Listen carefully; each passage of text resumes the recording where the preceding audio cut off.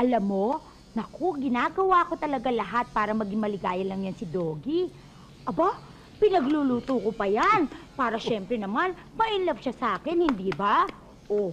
Hoy, anong ginagawa mo rito? Ano pa, hindi nagtatrabaho? Kinuha siya ni Boss Valentino. Hindi ko alam yun ah. Hindi ba dapat nasa bahay ka? Paano yung mga anak natin? Yung dalawa nasa eskwela. Miss, sandali lang. Mukha yatang mas maitim ang eyeshadow nitong isa kong mata. Eh, yung dalawa pa. Nasa bahay. Eh, sino kasama?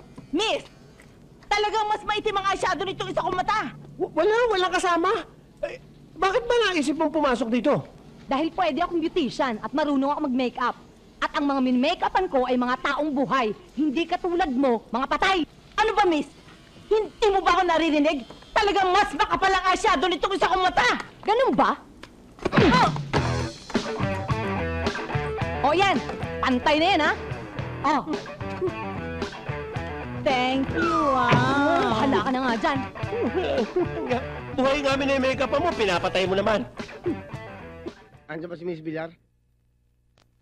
Eto nga. Kung gusto niyo pang makita ang buhay ang asawa niyo at makabalik dyan, susundin mo lahat ng pag-uutos ko. Magbibigay kayo ng 200,000 cash sa akin. Kapalit ng buhay ng asawa niyo. Ang ibig sabihin, kinidnap niyo ang asawa ko? Yes, ma'am. Si Mr. Raul Villar. Yan ang uso ngayon. Yan ang in ngayon. Kaya sumusunod lang ako sa trend. Okay ba, Mrs.? Kung totoo ang kinidnap niyo ang asawa ko, pwede ko ba siyang makausap? Hoy! Lumapit ka! Mrs., eto na siya. Sandali!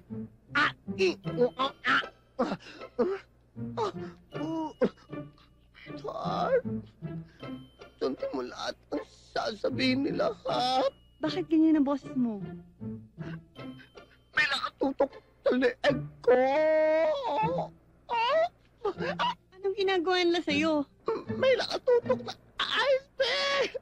Bakit maliit ang boses mo? Wala. Baka pantayin nila ako. Eto sa'yo! Bakit? Ano nangyari? Sunod! Tama na! Mrs. Napakinggan niyo lang, Mr. Nyo. Kung gusto mong makita ang buhay siya, ibibigay ko siya at bigay mo sa akin ng 200,000 cash. Nakaintindihan mo? Pwede ho ba tumawad, Mama ano? Kasi, hindi ho kami mayaman.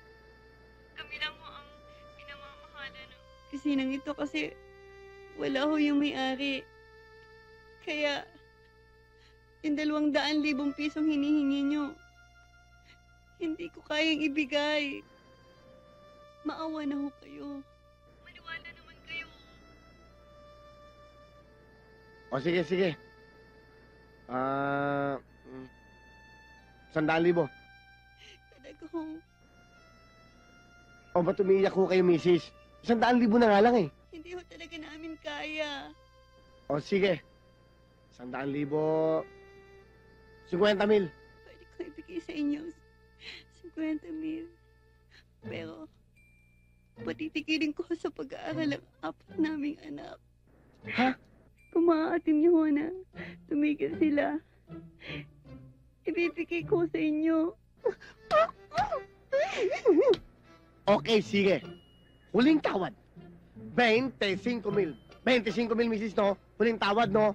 Pwede po ba? Gawin niyo na lang 20,000. Kasi po, 5,000. Ipambibili ko pa po ng gatas ng anak ko maliit.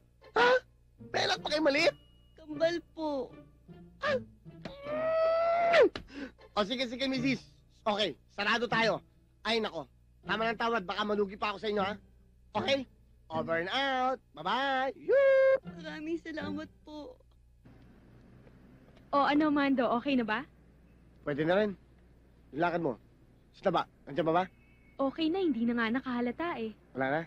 Oo. Halika, sakay na. Saan? Ito, oh. Puti! Yan! Yan! Yan! Yan! Yan! Puro ka talaga kalokohan. Alam mo, para ka talagang matching. Tom? Tom? Ah!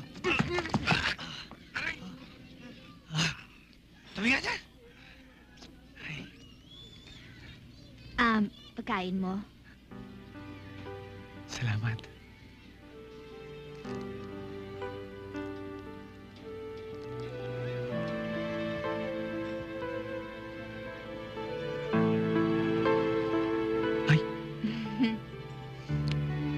Tom, huwag ka magpapakagutom, ha?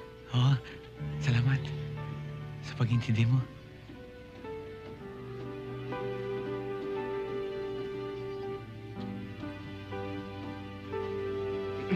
Tara na, tanghali na!